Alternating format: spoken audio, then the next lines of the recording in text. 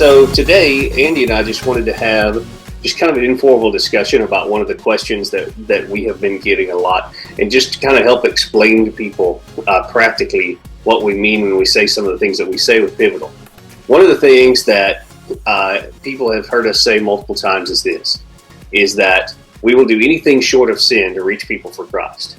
And then we often follow that up with, to reach people no one is reaching, we have to do things that no one is doing. But what Andy and I wanted to talk about a little bit today is just how that exactly works itself out practically, because that sounds great, but what does that really mean? And so, one of the most important parts of that is really just us making sure that our hearts are right, that in our relationships, in our daily lives, in the people that we know, that we are living such a life that we really are a light to them, and that we always have at the front of our mind is, hey, I want to find a way to serve the people around me and to love the people around me and to accept the people around me despite their behavior, to accept those people around us and to try to love them however we can. But in addition, there are some other ways that we want to make sure that we are really reaching the people that no one is reaching. One of those ways is how we'll handle money. The example that I use in this that hopefully kind of shows people the heart that we have for money, for how we're going to handle money, is when people are at Pivotal, when we pass around the offering bucket or whatever it is that we might end up calling it or using, we're going to let people know, hey, if you're an adult here and you are in need of food, shelter, or clothing, feel free to take money out of that bucket and meet your need today. Because we really believe that this ultimately is not our money, it is God's money. And in a case like that, we're just really cutting out the middleman. So Andy, what else would you say that's going to be different, and how are we doing things different to reach people that no one's reaching? Well, we're gonna make sure that the relationship with people is really at our center too, because not necessarily, I'm not picking on other churches or anything, but what we want people to feel like whenever they come to us is important. We want them to feel needed because we need you. Because here's the thing about Pivotal, with the money situation that Casey was just talking about. We aren't going to have a huge paid staff. We're not going to have that. We're going to make sure that we empower the people from within the body of Pivotal to take charge and take control and be lights in the darkness and be the ones that are leading our church. And so we're going to equip leaders, and we're going to have those leaders equip leaders underneath them. And so because of that, we're going to have these things that we call life groups. And life groups, that's not a new idea, but it's kind of a new idea for our area down here, because it's not a small group Bible study. It's not something that you've seen in the past. Most of the churches do small groups. We're doing life groups. And what life groups are is they're a time for people to really get in communion with one another, to live with one another, to just be, not necessarily do a Bible study every week.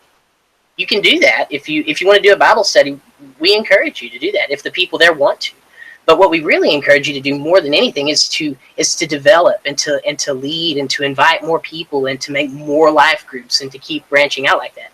And because of that, and because of the situation that we have as far as our ministry team goes, not being paid ministers, having a whole bunch of paid staff and all that stuff, we're going to be empowering the people to really move us forward as far as what our mission is here in Wichita Falls. And so, like you said, I was just going to add to that. You talk about life groups and what those look like. A lot of times when churches talk about small groups or life groups or whatever they might call those types of groups in their churches, we're talking about small group Bible studies. But for us, like you said, that's really not the case. We really want people, what a life group for us really is it's you and your circle of influence getting together and living life together and serving each other and others together. For example, I know of a guy who he is a mechanic, and he has a bunch of friends who are mechanics. So he has a life group that they meet on Tuesday mornings, and single moms can come to his mechanic shop. All these guys get together, and they work on these ladies' cars for free. So they're able to get together and serve together, and live life together and do life together, and also serve others at the same time. I have another friend who had a life group that he was big into cycling. So that was his thing. And so he had a life group of guys who all of them were cyclers. Some of them were believers and some of them were not. But they got together every week and they hung out. Yes, they talked about God. Yes, they prayed. They ate together. Spent a lot of time talking about cycling too. But that was them really doing life together. So, which is awesome, because another one of the things that we say, and Andy, you hit on this about people being needed, is that we really want people to come to Pivotal because they can have a place where they belong, maybe before they believe. So there may be people watching this video now. There are going to be people who are going to check us out, see what we're doing, see things happening around the community that say, I don't know about that whole Jesus thing yet, but those people clearly have a vision and a purpose and are doing some cool stuff. So I'm going to go hang out with them and see what I can do. So, and anyone who comes to us, they're going to find a place to belong. So even if they don't believe, now they're going to hear about what we believe, understand that. So they're going to hear truth when they come, and they're going to hear what we believe. But we want them to come, and we want to build that relationship with them. No matter where they are, we're going to have no expectations for behavior when they come. Absolutely. It sends me back to the scripture. And when Jesus would approach people, a lot of times in the scripture, he was approaching, people that were obviously not following him, because, his ministry was just in its infancy right there. But he would come to them, not expecting them to be acting Christian. That's not what he was expecting whenever he got there. He would come up to them and he would immediately build a relationship with them. He would start getting to know who they were, even though he already knew who they were. He would start asking them questions about who they were and what they were into and what they were doing. By the time they would usually finish their conversation, it was life-changing. We're not going to expect anything out of the people that come to us. In fact, we hope to have the people who have no idea what we expect out of them.